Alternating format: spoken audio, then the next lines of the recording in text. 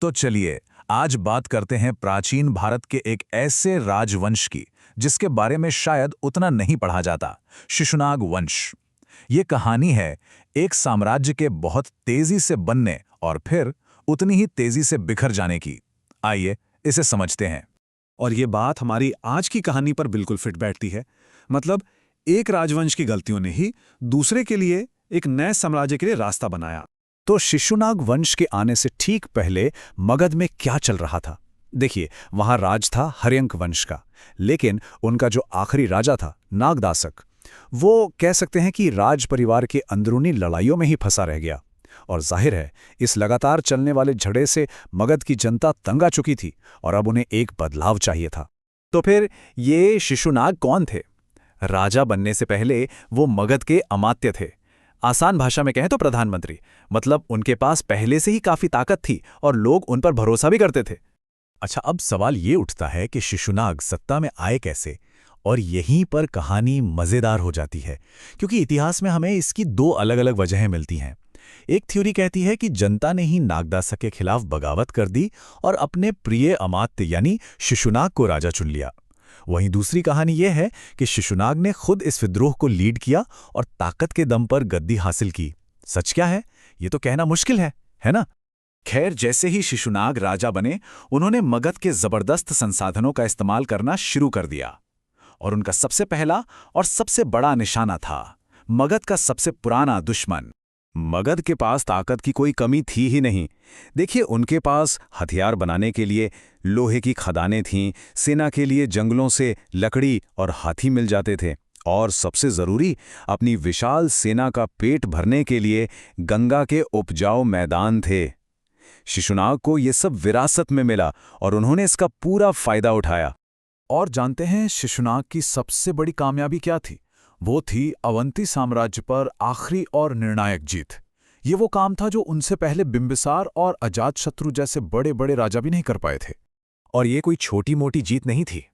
सोचिए, मगध और अवंती के बीच की ये दुश्मनी 10 या 20 साल नहीं, बल्कि पूरे 100 साल से चली आ रही थी। इस एक जीत ने शिशुनाग का नाम इतिहास में हमेशा के लिए पक्का कर दिया। तो एक नजर डालते हैं इस वंश के सफर पर। कहानी शुरू होती है 413 ईसा पूर्व में शिशुनाग से, फिर उनके बेटे कालाशोक का दौर आता है और आखिरकार 345 ईसा पूर्व में महापद्मनंद के हाथों इस वंश का अंत हो जाता है। शिशुनाग के बाद उनके बेटे कालाशोक गद्दी पर बैठे। उनके शासनकाल में एक ऐसी बड़ी धार्मिक घटना हुई जिसका असर बहुत दूर तक और बहुत लंबे समय तक रहा। हुआ ये कि भगवान बुद्ध के निधन को लगभग 100 साल हो चुके थे और अब बौद्ध धर्म के नियमों को लेकर भिक्षुओं के बीच अलग अलग विचार सामने आने लगे थे, कुछ मतभेद होने लगे थे। इन्हीं मसलों को सुलझाने के लिए राजा कालाशोक ने दूसरी बौद्ध संगीति बुलाई। लेकिन कालाशोक की पूरी कोशिश के बाद भी बात बनी नहीं, बल्कि बौद्ध संघ दो हिस्सों में टूट गया। एक कहलाया महासांघिक और दूसरा स्थविर निकाय। ये बौद्ध धर्म के इतिहास का पहला बड़ा बंटवारा था। और अब हम कहानी के उस हिस्से में आते हैं जहां से इस राजवंश का पतन शुरू हुआ, और इसकी वजह थी एक बहुत बड़ी गलती। कालाशोक के बाद जो हुआ वही शायद इस वंश की सबसे बड़ी भूल थी। उनके 10 बेटे थे और उन्होंने एक काबिल राजा चुनने की जगह जानते क्या किया? उन्होंने पूरे मगध साम्राज्य को आपस में ही बांट लिया। सोचिए, जिस साम्राज्य को शिशुनाग ने इतनी मेहनत से खड़ा किया था, उसे एक ही झटके में कमजोर कर दिया गया। और सत्ता का यही बंटवारा, यही वो वजह थी जिसने इस राजवंश को अंदर से खोखला कर दिया और आखिरकार इसके खत्म होने का रास्ता तैयार किया। अब कहानी अपने आखिरी मोड़ पर है। एक कमजोर और बटा हुआ साम्राज्य जाहिर है बाहरी खतरों का सामना नहीं कर सकता था, और जल्द ही एक ताकतवर शख्स ने इस कमजोरी का फायदा उठाया।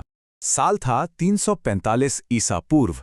शिशुनाग वंश के आखिरी शासक महानंदिन की हत्या कर दी गई, और हत्या करने वाला था महापद्मनंद, जिसने इसके साथ ही एक नए नंद वंश की नींव रखी। लेकिन सवाल ये है कि ये महापद्मनंद था कौन? वो इंसान जिसने अकेले ही एक पूरे साम्राज्य का तख्ता पलट कर दिया। इतिहास में उसकी पहचान को लेकर भी दो बिल्कुल अलग अलग और कह सकते हैं काफी ड्रामेटिक कहानियां हैं। हिंदू ग्रंथ कहते हैं कि वो राजा महानंदन का ही एक शूद्र दासी से जन्मा अवैध बेटा था। दूसरी तरफ जैन ग्रंथों के मुताबिक वो एक शाही नाई और एक वेश्या का बेटा था। अब सच क्या था, ये तो इतिहास के पन्नों में कहीं खो गया है। और ये हमें एक बार फिर सोचने पर मजबूर करता है कि कैसे वक्त के साथ साथ सच और कहानियों के बीच की लकीर धुंधली पड़ जाती है।